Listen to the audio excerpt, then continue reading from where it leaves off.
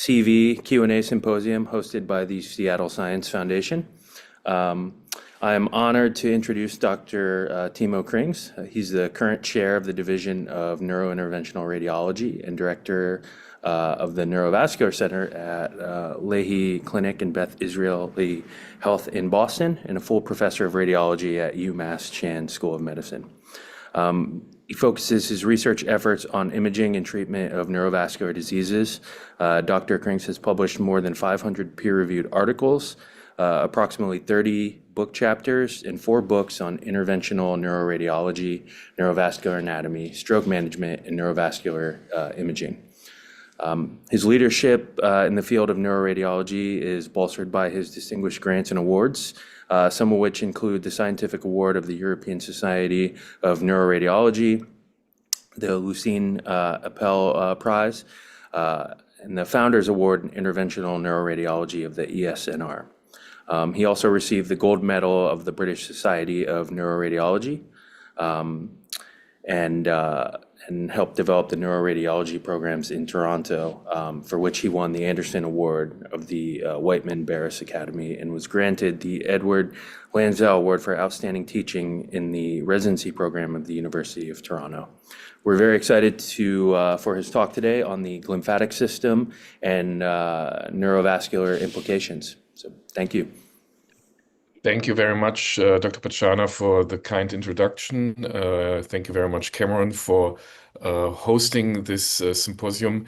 And thank you to the participants for like a very esoteric theme that you are now tuning in, the glymphatic system and what it has to do with what we are actually doing, i.e. Its neurovascular implications. These are my disclosures, nothing to disclose in relation to the contents of this presentation. And in a way, the contents of this presentation are best highlighted in this recent article that I published together with my colleague, Professor Key from Singapore, who is the director of neurointervention at the NNI. And with Professor Key, we looked at how the glymphatic system is actually affecting neurovascular diseases and vice versa, how neurovascular diseases are affecting the glymphatic system. The article has been published in the JNS and can be downloaded free. Here's the QR code. So what is the glymphatic system? It's a recently discovered network, and with anything that is recently discovered, in fact, in 2012, less than like 15 years ago, there will be and there are controversies about it. It's a network that enables the exchange of water between the central nervous system and the vessels, the neurovascular system, and it's believed to be necessary for the homeostasis of the interstitial space, i.e. the neuropil. And in my talk, I will discuss 4 aspects. I will discuss the normal hydrodynamics, the impaired hydrodynamics, the clinical relevance of it, and the endovascular relevance of impaired cerebral hydrodynamics. When we are talking about water in the brain, there are different compartments in which we can have water. We have the cerebrospinal fluid, and the cerebrospinal fluid is what gives us buoyancy. It makes our brain feel lighter because, in a way, the brain is floating within this water. The CSF is obviously within rigid confines of the intracranial compartment.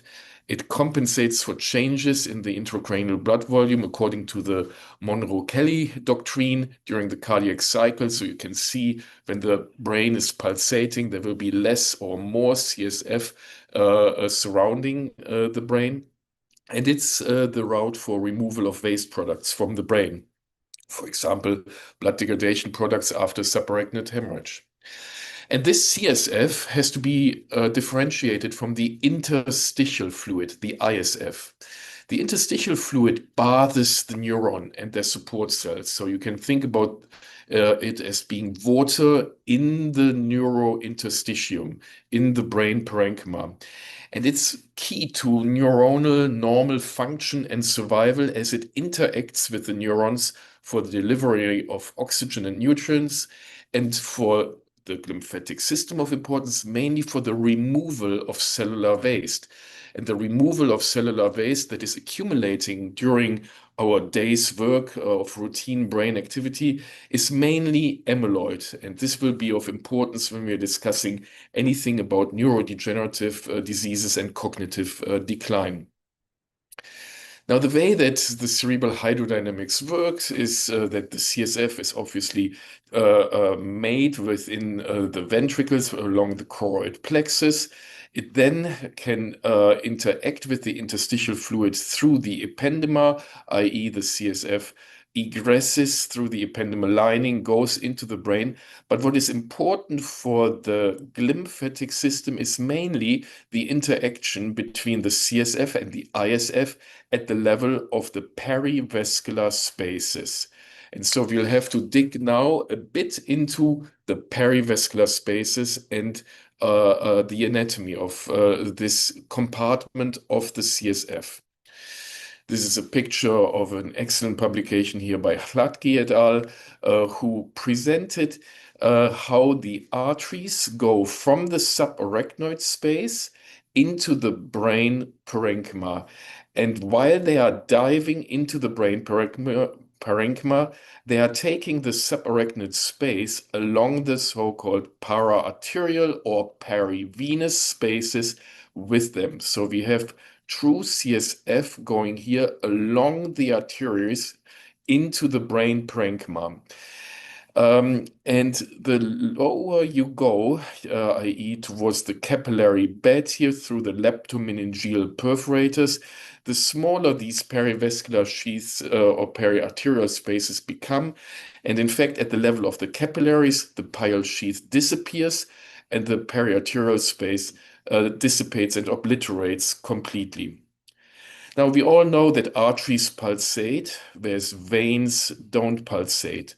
And what is happening when arteries pulsate? When arteries pulsate, the periarterial spaces changes in size. And this change in size is not present on the venous side, which means that flow or water in the periarterial spaces is kind of pumped out from the periarterial spaces into the brain parenchyma.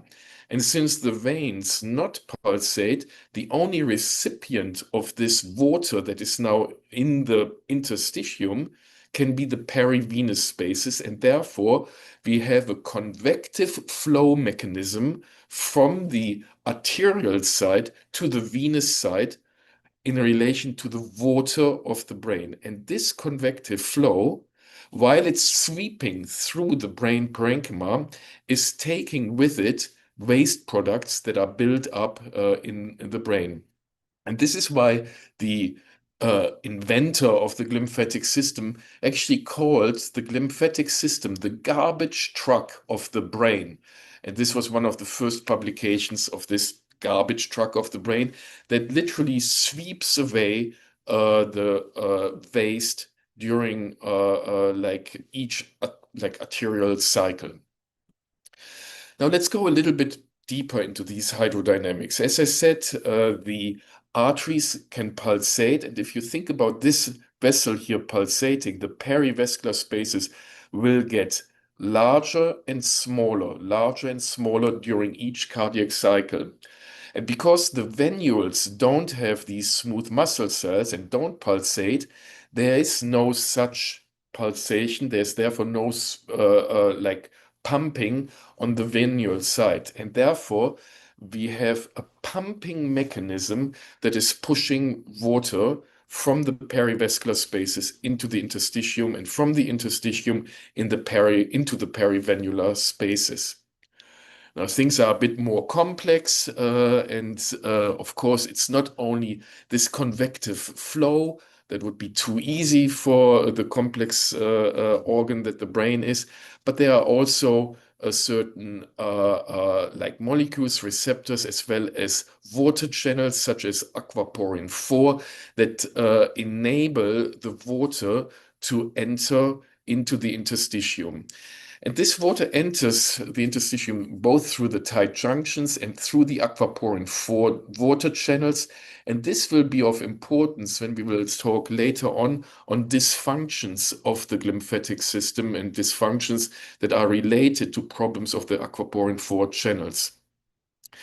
The perivascular influx of CSF is directional. So the CSF enters the brain exclusively from the periarterial spaces and leaves exclusively through the perivenous channels.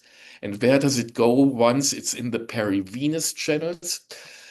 Well, once it's in the perivenous channels, due to the convective flow and diffusivity, it can be reabsorbed into the lymphatic vessels that are present within the meninges. The brain itself doesn't have any lymphatic vessels. The meninges, on the other hand, have lymphatic vessels, and this is one area where this water can go, and the other is through the arachnoid granulations. In fact, there are a couple of other pathways where the water can like efflux into.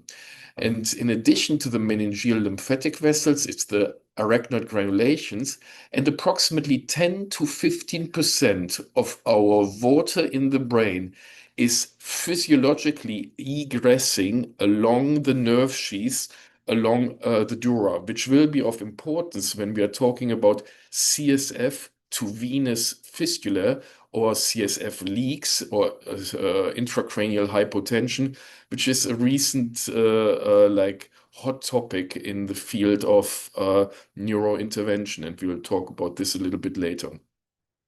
As I said, it's not only in all likelihood convective flow, but the interstitial movement is presumably a bit more complex. It's not only like that, it's just the physical convective flow, it's also likely a combination of diffusion of water as well as advection rather than convection of flow because of the timing of how fast the water goes through, or actually a tracer goes through the brain if you're injecting a tracer. And then the major criticism that was always made on the glymphatic system is, well, you are actually injecting something like a tracer into the interstitium, you are injecting something into the CSF, so therefore you're increasing the volume, and maybe this is why you see tracer going out into the interstitium. And there are definitely critical voices about the glymphatic system. However, what is very obvious is that these hydrodynamics changed towards our understanding of the Monroe-Kelly doctrine that previously only had three compartments: the arterial blood, the venous blood, the CSF. And we can now see that there's also the glymphatic model that indicates that we not only have arterial inflow that leads to venous outflow, but we also have water going from the CSF through transependymal and paravascular egression into the interstitium and back. And there is like blood-brain barrier paravascular fluid production that will lead to the water bathing the interstitium, that will lead, therefore, to this flow of water that sweeps away the garbage, and that exactly is the glymphatic system. A few words on the CSF and ISF efflux. Yes, it's arachnoid granulations, but it can not only be arachnoid granulations because they only develop up after the age or towards the age of 4 years old. And so there are meningeal lymphatics that also have been recently discovered, and there's efflux along the cribriform plate, the cranial nerves, the spinal nerve rootlets here, as well as cervical lymphatics. And this will be of importance when we, at the very end of the talk, talk a little bit about how we can modulate actually the glymphatic system. So this was the physiological glymphatic system. Now let's talk in the next component about impaired cerebral hydrodynamics. Various diseases can impair the perivascular unit. We have here your normal perivascular unit with the smooth muscle cells, the pumping mechanism, and here the glia limitans, as well as the tight junctions, the aquaporin 4 channels, and the water that is not going only along the perivascular space, but that's also egressing into the brain parenchyma. Multiple things can happen. For example, if you have vasoconstriction, then there will be a larger amount of perivascular spaces and a decrease in the pulsatility, which can lead to less water egressing. If you have vasodilatation, on the other hand, again, there will be less water in the perivascular sheath and therefore potential of less egression. If you have end feet swelling, such as in brain edema, there is actually no water egression whatsoever, which can actually then lead to a vicious cycle of less water going into the brain interstitium, therefore more waste building up, therefore more inflammatory changes starting. Again, there are the acute findings and then there are the more chronic findings. Increased tortuosity, reactive gliosis after a stroke, for example, or in patients with multiple sclerosis, vascular amyloidosis that will lead to decreased pulsatility, or chronic small vessel disease, again, stiffening of the vessels, arteriolosclerosis, stiffening of the small arteries, will all lead to decreased pulsation or pulsatilities and therefore will impair the hydrodynamics. And what are the clinical relevances of this glymphatic dysfunction? Well, think about neurodegenerative diseases. In most of these diseases, most notably Alzheimer, but also Parkinson, there's an accumulation of waste products within the brain. We all know that amyloid plaques are the hallmark findings in patients with Alzheimer's disease. And these amyloid plaques actually lead to a vicious cycle because the amyloid itself blocks CSF egression and therefore will lead to a problem of even more amyloid building up. And therefore, there's the interest in decreasing amyloid burden either via medications, the monoclonal antibodies that are currently around, or through actually increasing the glymphatic system. And it is known that the glymphatic system is more active during sleep, and we will get to this a little bit later. And it is known from multiple studies that sleep alleviates Alzheimer-related neuropathological processes. So sleep has been called the brain's housekeeper, or like the brain cleans itself during sleep. But there are other clinical relevances of the glymphatic dysfunction.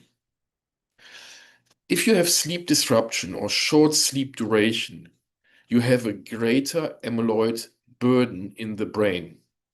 And therefore, we'll have to talk now a little bit about what is happening during sleep. During sleep, your neurons shrink. And when the neurons shrink, your interstitial space gets bigger. And therefore, the water can more easily diffuse or have a more easier convective flow and can therefore sweep away more amyloid.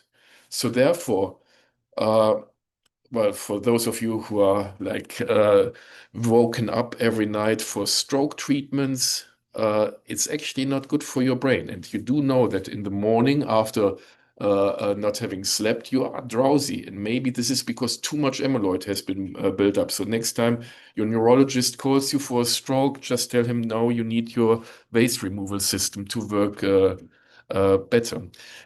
And it's a great way to tell kids to go to sleep. Otherwise, you will have too much waste in your brain. Now, what else can happen in glymphatic dysfunction?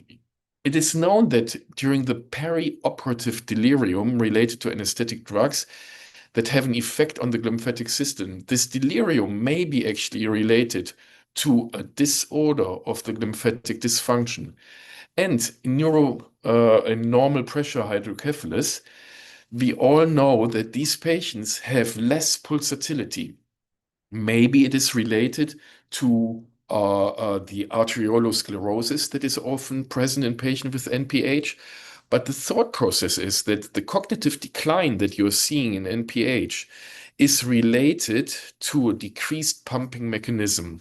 And this is also highlighted by the fact that you can do, for example, phase contrast angiographies that look at the pulsatility of your ventricles. And you can see that in NPH, there's less pulsation of the ventricles, and therefore there's less of the pumping mechanism present, which leads to this cognitive decline.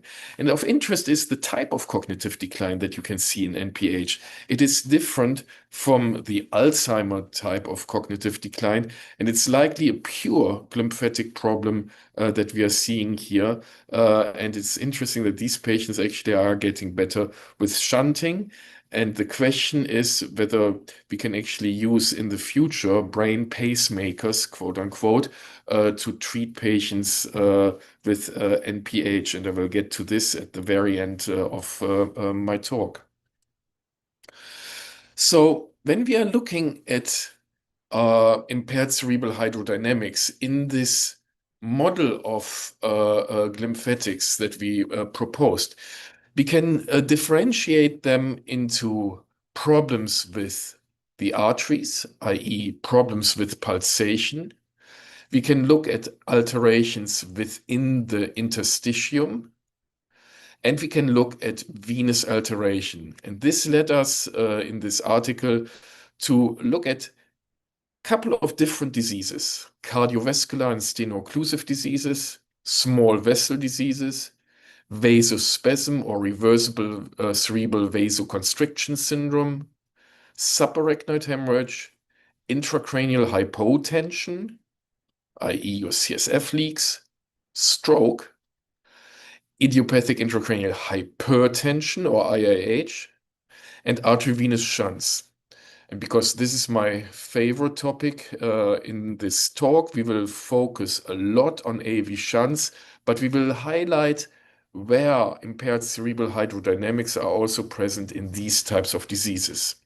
So let's start off with the first one, cardiovascular and steno-occlusive diseases. Here we have a decreased arterial inflow because, let's say, the heart is no longer pumping, or you have atrial fibrillation, or you have decreased pulsatility because you have a high degree carotid stenosis. And if there's less pulsation, well, there's less of the pumping and therefore less CSF egression through your aquaporin 4 channels and less egression of CSF through your tight junctions and therefore less waste removal. So you would think that patients with cardiovascular and steno-occlusive diseases therefore may present with cognitive decline. And exactly this is, as we will highlight later, the case. But the interesting portion is that this component has actually been proposed very early on by the group of Mike Nedergaard, Dr. Ilif, who presented in the animal model that in patients who have arterial stenotic diseases, they have less pulsation. That makes sense. And if this less pulsation is present, it will lead to decreased paravascular CSF influx. In fact, if you are looking here at the intravenous tracer, and you see here over time what happens in sham ligation versus true ligation. In the sham ligation, you see that the tracer goes from the blood vessels away into the interstitium. You see more and more tracer over time getting into the interstitium, whereas after ligation, this does not happen, i.e. you have less CSF egression into the interstitium. And this may be the cause why patients who have, for example, treatment of their carotid stenosis or treatment of their heart disease actually do have a cognitive improvement. We know that carotid endarterectomy ameliorates cognitive impairment. And in the past, this was being said that, well, more nutrition's going to the brain. But is this really the problem? Or is it a problem of maybe a now rectified glymphatic system? What about cerebral small vessel disease? So here we are talking now about arteriolosclerosis, and this ties into the normal pressure hydrocephalus hypothesis that I've mentioned previously.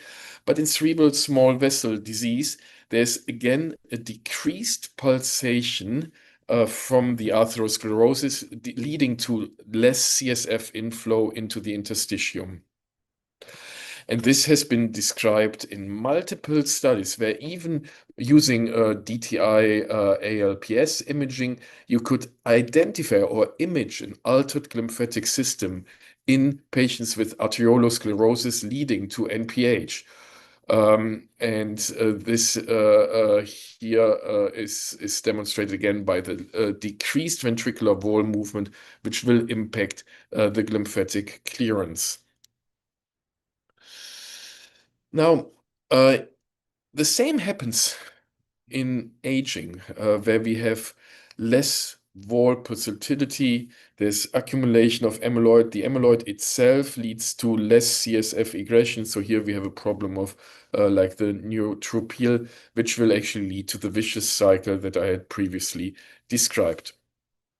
Okay, what about vasospasm following subarachnoid hemorrhage or vasospasm related to reversible cerebral vasoconstriction or Cole-Fleming syndrome?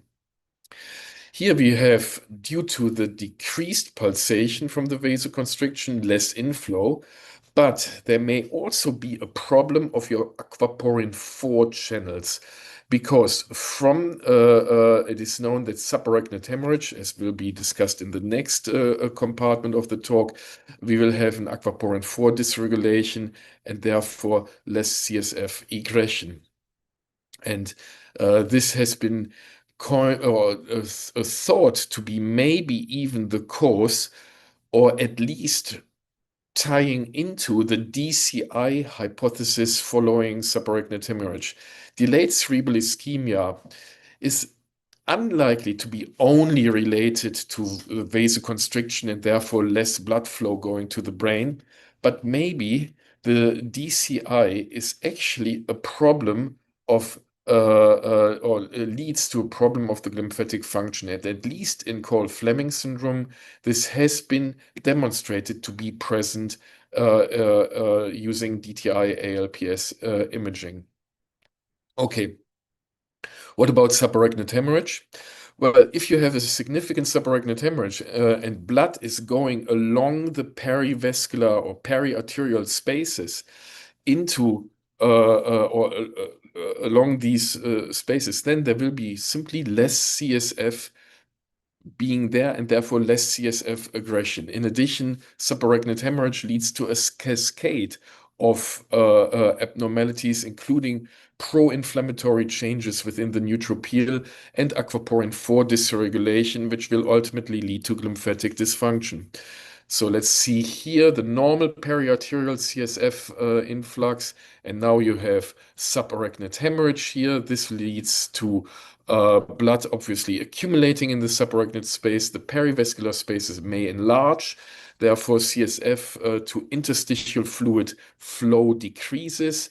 This leads to an impairment of waste clearance and in addition, an inflammatory substance buildup, which will lead to an impairment of the meningeal lymphatic clearance, which all lead to worsening brain edema, hydrocephalus, and neurological damage. And the interesting component here is that maybe certain drugs that can suppress neuroinflammation and restore the function of the aquaporin 4 channels will enhance waste clearance and are therefore interesting drugs when we are talking about mediating the effect of a subarachnoid hemorrhage and maybe decreasing the likelihood of delayed cerebral ischemia. Let's go to the next step. And here we are talking about now spontaneous, so-called spontaneous intracranial hypotension, a disease where the brain is no longer having enough CSF, therefore is sagging down because the buoyancy is no longer there. And we'll have disorders of the CSF volume because the CSF is leaking either into the epidural spaces, type 1 and type 2 leaks, or the type 3 leaks into the perivertebral veins. Now, if you have decreased CSF volume, the perivascular spaces will collapse. And if they collapse, again, less CSF egresses into the interstitium, and this will lead, therefore, to a disorder of, again, your glymphatic system. And this has been demonstrated in two recent articles that looked at glymphatic kinetics in spontaneous intracranial hypotension and actually amelioration after treatment of these CSF leaks. So the current thinking is that it's not only the low intracranial pressure, but it's also the collapse of the perivascular spaces, the decreased transmural pressure, the reduced pulsation, and the altered astrocytic function or the alteration in aquaporin 4 expression that can tie SIH, intracranial hypotension, with the glymphatic system and can actually help us to monitor the disease after we are treating a patient with a CSF to venous fistula. What about stroke? Stroke will lead to a problem of the neuropil, i.e., if your normal neuropil is here and now you have stroke with many diseased or like dead neurons, this will lead to scarring of the brain. And scarring of the brain will lead to like less water going through. But in the acute stages of stroke, we will see that there's actually a dysfunction of the aquaporin 4 that will lead to an increased inflow of water, which will lead to cerebral edema and astrocyte swelling. However, it's the swelling that will then lead to decreased inflow of the water into the interstitial fluid. Okay, before we go to the shunting diseases, let's talk about intracranial idiopathic hypertension. Hypertension or IIH, pseudotumor cerebri, often affects female patients more than male patients, often in their 40s, often with a high BMI. And there are different theories that have been put forward why IIH forms. And what we think is that it's a multifactorial disease. For sure, obesity leads to chronic inflammation. We know that chronic inflammation leads to an activation of aquaporin 1 channels, which will lead to an increased CSF production. So we now have more CSF and therefore theoretically actually more CSF flowing out into the interstitium. However, the obesity also leads to an insulin resistance, which will lead to a dysregulation of your aquaporin 4 channels. And now, because you have more aquaporin 1, therefore more CSF, but a dysregulation or downregulation of aquaporin 4, so less CSF egression, the water can only stay in the perivascular spaces. And therefore, we will now have, both on the arterial and on the venous side, more water. And this increased water may have a more pronounced effect on the venous walls, because the venous walls are not as thick or as strong as the arterial walls, which may lead to venous stenosis. In addition, we see that in patients with IIH, there's an arachnoid granulation overgrowth. This arachnoid granulation overgrowth will further lead to focal narrowing of the sinuses and therefore an increased venous pressure. So now we are walking again or going again towards a vicious cycle.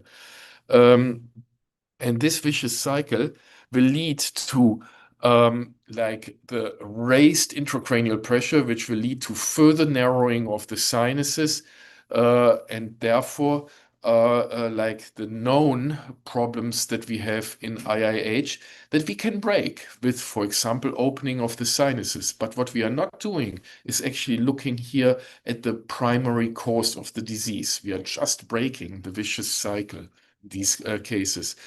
And this was something that a couple of years ago we wrote up with a previous fellow, Stephanie Lenk, who's now back in Paris, on the venoglymphatic connections in IIH, where it's just like the breaking of a vicious cycle that we are doing with the venous stenting, but that the underlying disease is actually maybe a disease of the glymphatic system.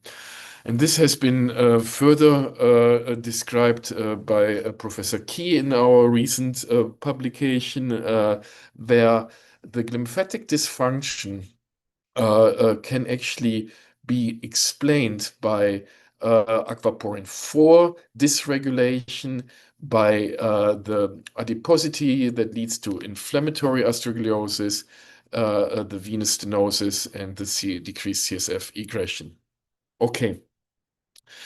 The majority of my talk, so the next 15 to 20 minutes, I will go to my like favorite subject, and that's of course arteriovenous shunts.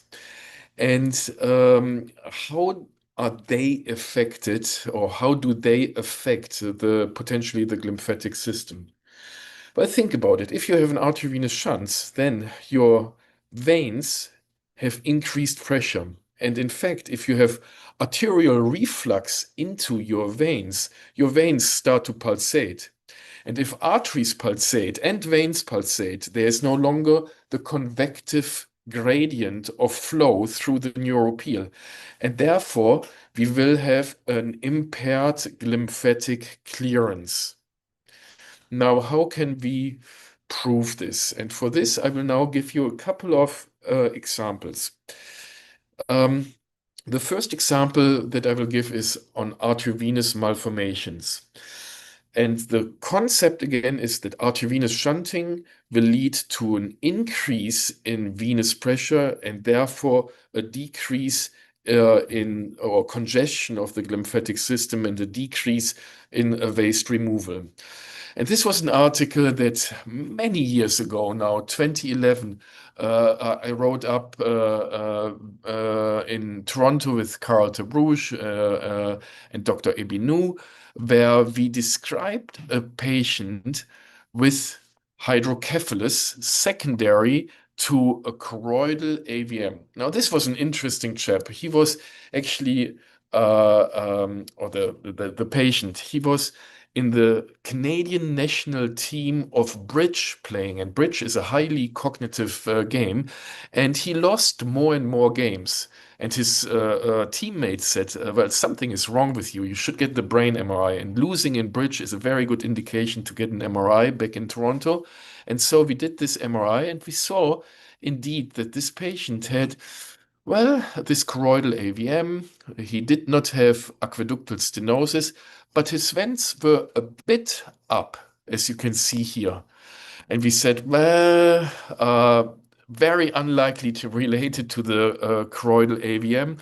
Maybe he has some form of normal pressure hydrocephalus, although he was very young. And we did not really know what to do. And we thought, well, the two things, the choroidal AVM and your cognitive decline, well, they have nothing to do with each other.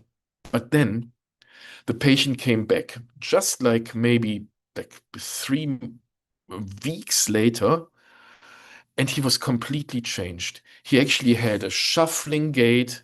While he was sitting in my office, he was getting incontinent. He was no longer with it, and his wife said he clearly deteriorated. And just within a few weeks, you can see how his brain changed.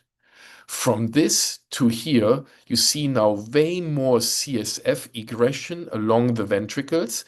You see that the sulci are significantly compromised. And so we started thinking and said to ourselves, well, maybe let's do an angiography. And during the angiography, we realized that this patient had a significant drainage into his transmedullary veins. And having been trained by Pierre Lagenias, I said, well, what if we are facing here the same issue that babies with vein of Galen arteriovenous malformations face, i.e., a cognitive issue because of reflux into your transmedullary veins, which will decrease the normal CSF to egress, because we know that the transmedullary veins are the veins that are primarily taking up the CSF through the glymphatic system.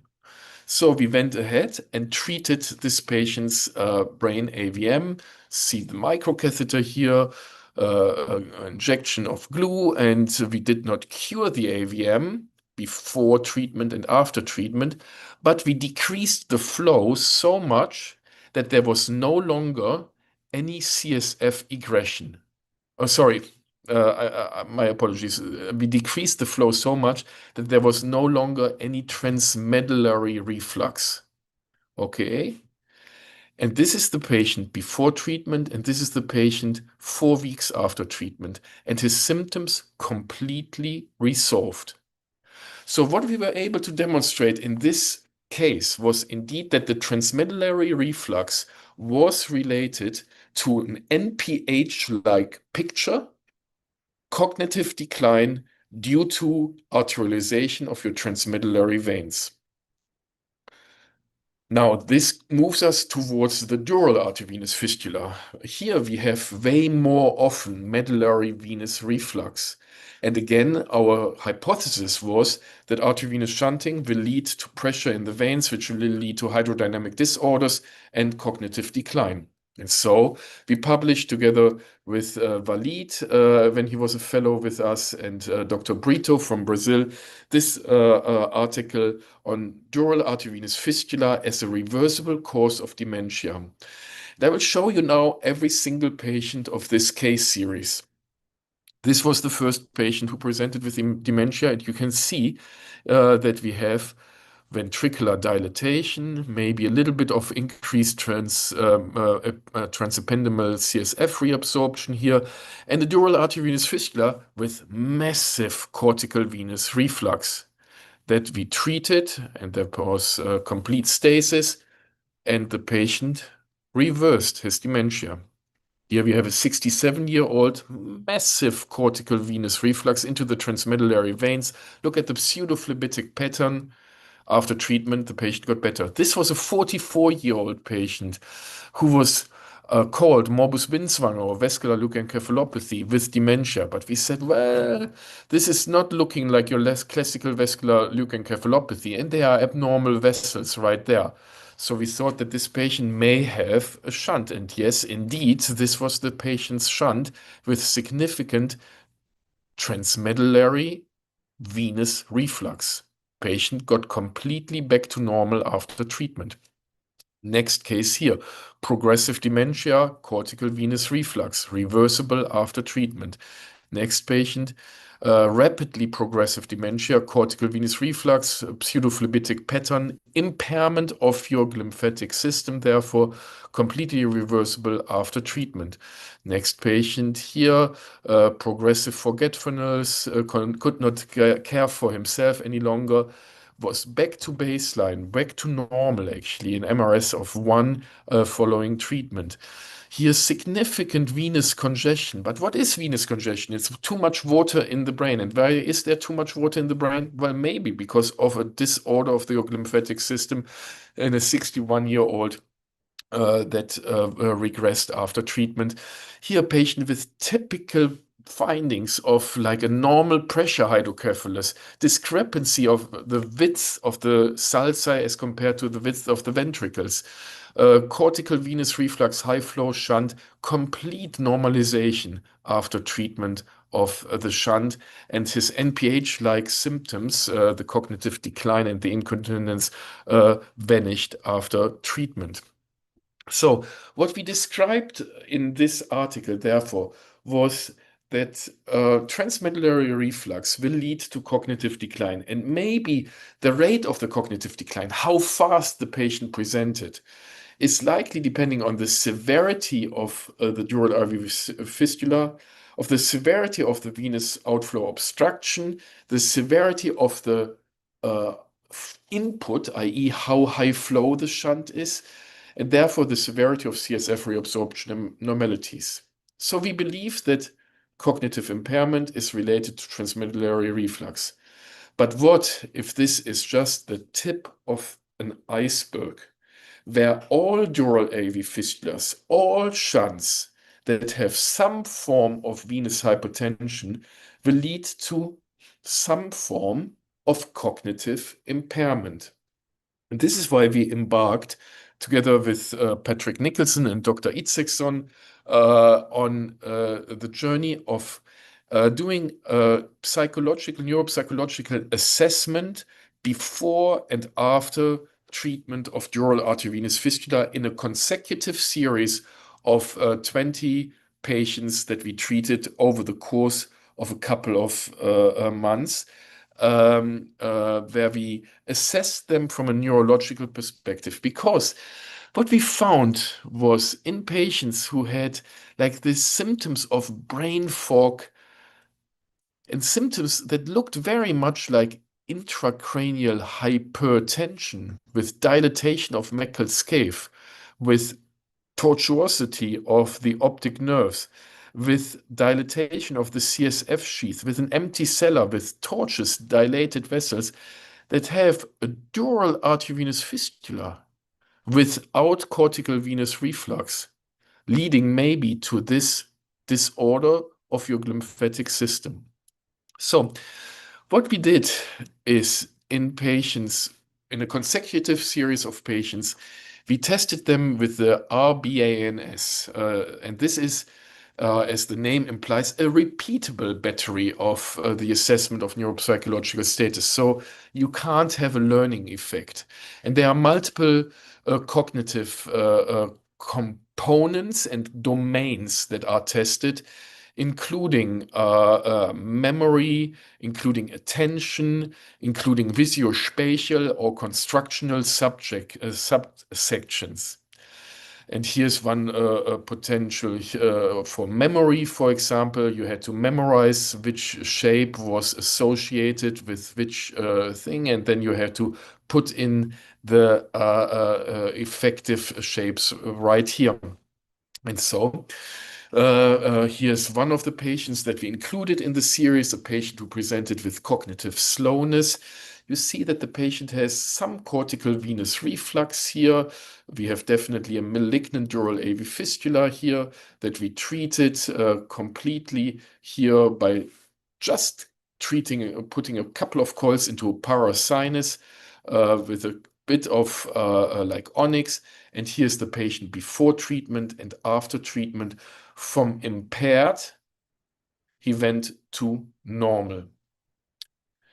But then you may say, okay, this is a patient who has transmedullary reflux, right? But look at this patient. This patient had no symptoms but tinnitus. He was not cognitive impaired according to his family, according to the interview that we made. He has a benign dural arteriovenous fistula, not so benign when it comes to treatment because the shunt was just related to where a dominant vein of Labbe is. And of course, I always, when I give a lecture, I always have to at least give one example of treatment. So what did we do in this case here, where the Labbe was really very close to the shunting zone? So you see here, we have a simultaneous ICA and ECA injection. With the ICA injection, being at the venous phase and the ECA injection being in the arterial phase, so as to be able to show in the same 3D the venous and the arterial side. So we knew that this patient shunt was here, but this was the vein that we needed to preserve, which is something that you don't see if you're only doing an arterial injection here.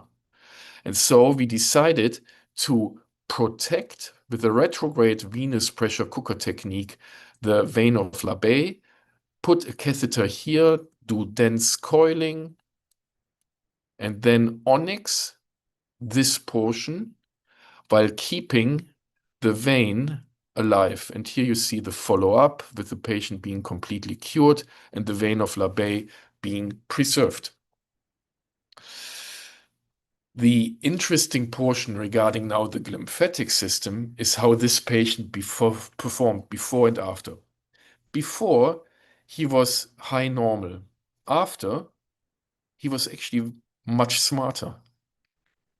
So then we looked at every single patient. This is published in the AJNR here, and you can see that in this heat map of patients, every single line is one patient.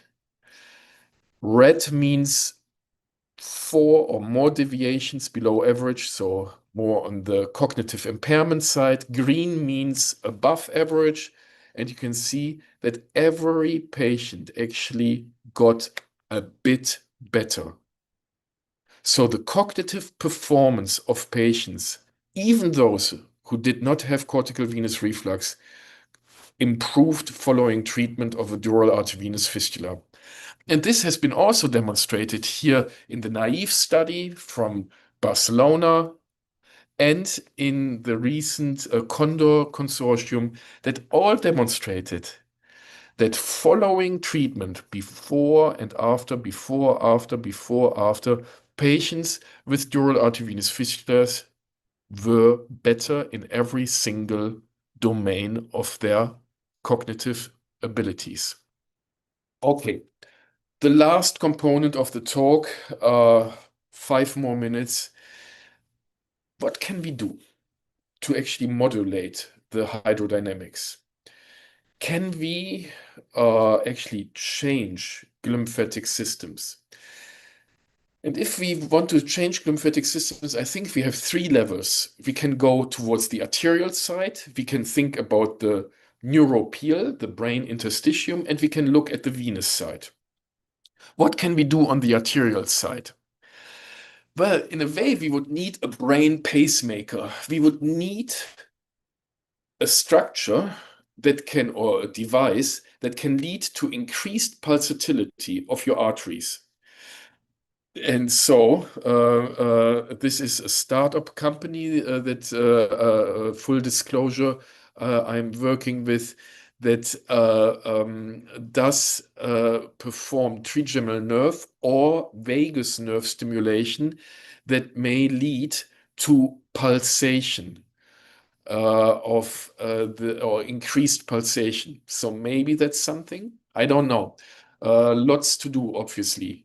What about putting like a pulsating device similar to your aortic pulsation increased device that you can put in kids into the carotid artery? Maybe that's something. Maybe especially in patients with AFib, in patients with cardiac dysfunction. What can we do on the neuropil side? On the neuropil side, we can ask the patients to sleep better.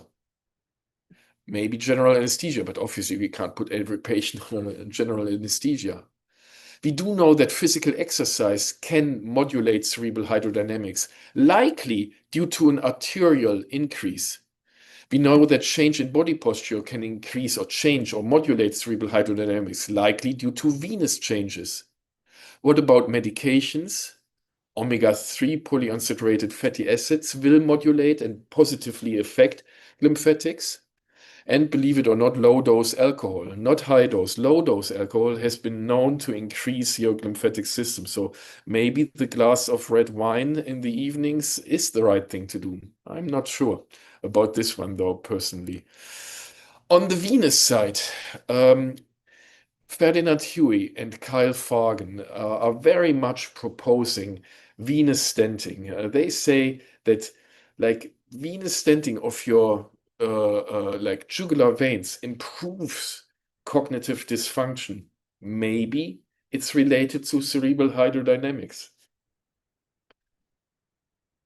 A very interesting way of modulating or increasing cerebral hydrodynamics has been proposed by a Chinese group, thinking about again how the venous drainage is working. The venous drainage is going through the meningeal vessels into the cervical lymph nodes. So, what if we are now increasing the cervical lymph node drainage? So what this professor is doing is he's doing a deep jugular lymphatic to venous anastomosis in patients with Alzheimer's disease to increase the cerebral meningeal drainage. And according to his studies, he's improving cognitive outcome in patients with Alzheimer's disease. I think it's an interesting concept. I think we have to be very careful. But to conclude, I believe that there are a couple of strong facts. I believe that there is some form of waste removal system. We call it the glymphatic system. I do believe that its dysfunction may explain certain neurodegenerative diseases. For sure, NPH, I'm pretty sure that it is related with IIH and with intracranial hypotension. I do believe that vascular shunting lesions are definitely leading to a disorder of the glymphatic system. And it may open a window into new therapeutic options, knowing that we are here in a somewhat gray field because there will be a lot of like self-reported placebo effect related changes after a treatment, and patients who have brain fog and now feeling better after a treatment. Well, how much of this is a placebo effect? But I think we should not completely dismiss it because there is a change in our thinking about the Monroe-Kelly doctrine and the way that waste is removed in the brain. Again, I would like to acknowledge Professor Key's work on this. If you are interested in this article, you can download it here for free. And the final minute that I have, I would like to invite all of you to come to Boston in a couple of days for our annual Interventional Neuroradiology Symposium, accredited 30 high like impact speakers from across United States and Japan, and due to unrestricted educational grant from a company, we do have grants for fellows, i.e. we are allowed to waive the registration fees for the fellows. So if you are interested, if you're a fellow or a resident, please send me an email and we will be able to register you for free for this symposium. And with this, I would like to thank you very much for your attention. I would like to thank my team, in particular, Dr. Patel, Dr. Oru, and Dr. Pace, for their great work that they are doing and the great things that are lying ahead of us when we are talking about the glymphatic system. Thank you very much.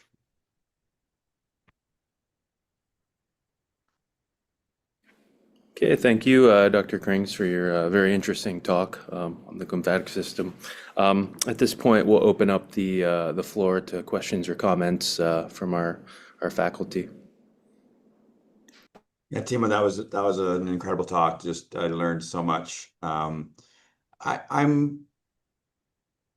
guess a fundamental thing that I really didn't appreciate and still am confused about is what are the acute toxins, I guess is the right word, or the garbage that we're removing.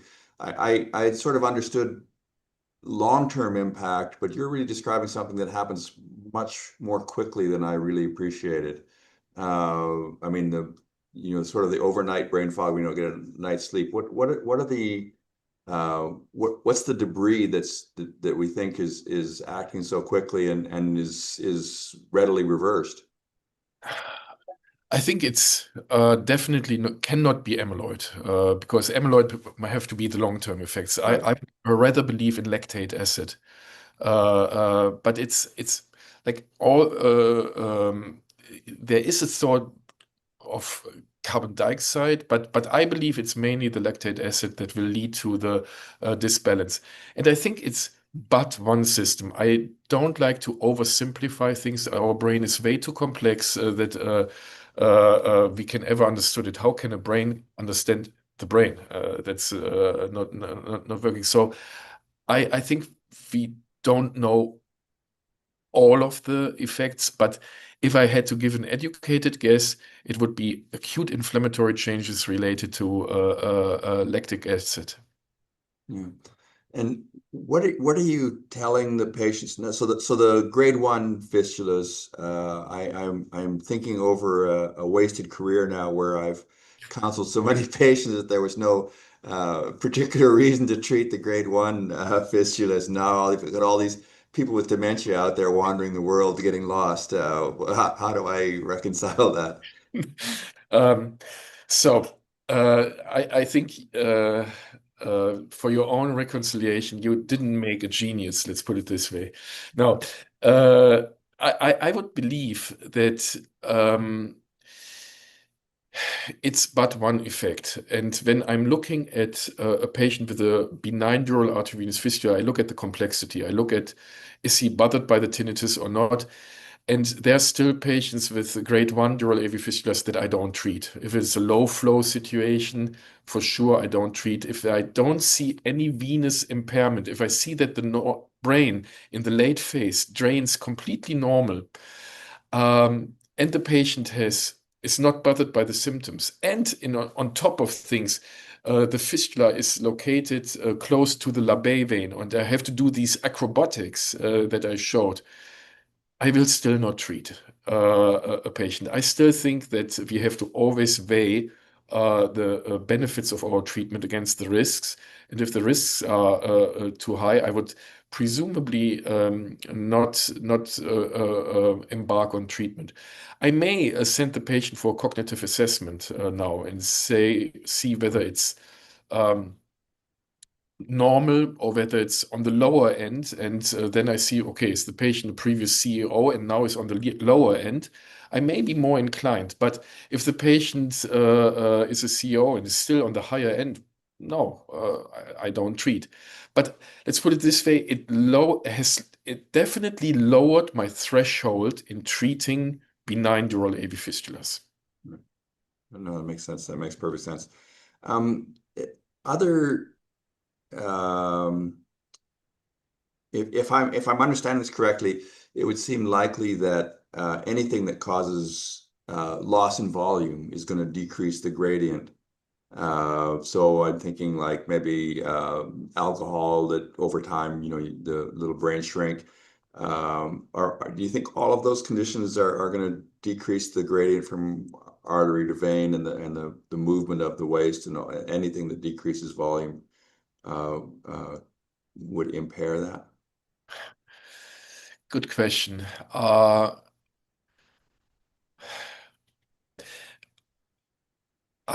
would actually think that decreased volume will actually, just like as in sleep, your neurons shrink and therefore your extracellular space increases. So if the neurons shrink, you should have actually higher throughput. But if you have glial scarring, then there will be less throughput.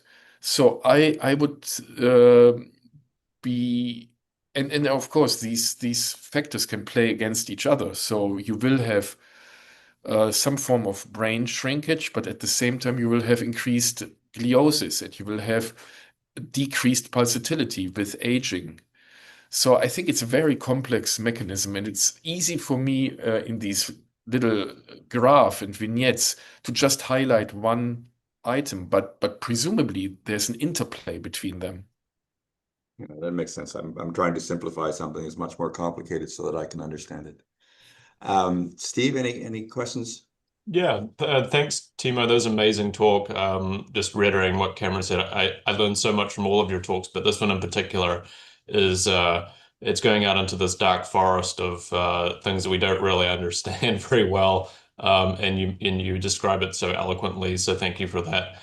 I had a technical question. There was a couple of dural fistulas that you presented where you coiled off the kind of midsection of the superior sagittal sinus.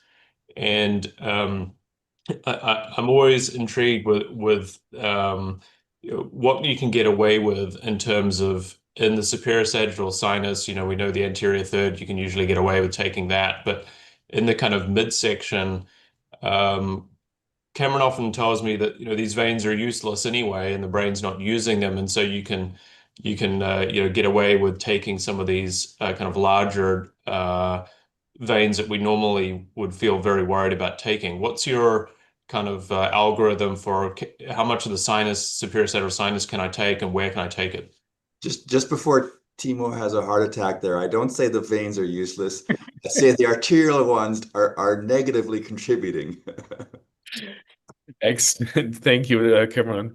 Yeah, I fully agree what Cameron just said. The ones that are arterialized, you can take. The least veins I can take, the better for the patient, I believe. The more veins we can preserve, the better.